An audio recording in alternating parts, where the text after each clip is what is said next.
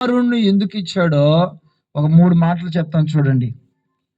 147వ కీర్తన ఒకసారి 13వ వాక్యాన్ని చదవండి. మంచి మాట ఉంది. 147వ కీర్తన 13వ వాక్యంలో ఒక మంచి మాట ప్రభు రాసి పెట్టాడు చూడండి. ఆయన నీ గుమ్మముల గడియలను బలపరిచి ఉన్నాడు.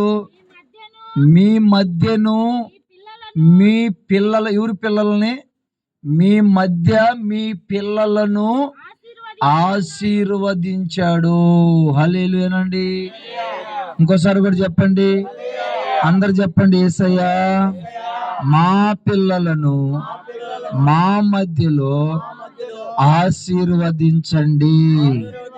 ఇప్పుడు కుమారులను ఎందుకు ఇచ్చాడంటే, గర్భఫలమును ఎందుకు ఇచ్చాడంటే, మరలా బిడ్డల్ని ఎందుకు ఇచ్చాడంటే ఆశీర్వదించడానికి ఇచ్చాడు. ఇప్పుడు మనం ఆ చెట్టు ఎందుకు వేస్తాం? ఎండిపోవాలని వేయం, అది ఎదగాలని, అది పూలు పూయాలని, కాయలు కాయాలని, ఆ చెట్టు మనకు ఉపయోగపడాలని. ఓరో నాయనో, పాస్టర్లు మాకే రావట్లేదు ఫోన్లో, దుమ్ము రేగుతున్నాయి. ఇంకా ఎలక్షన్లో పోయిందంటే ఆపు గమనా, మరి మళ్ళీ మాట్లాడుతున్నావు. అలేలో చెబుదాం, అర్థమేం చెప్పిన మాట.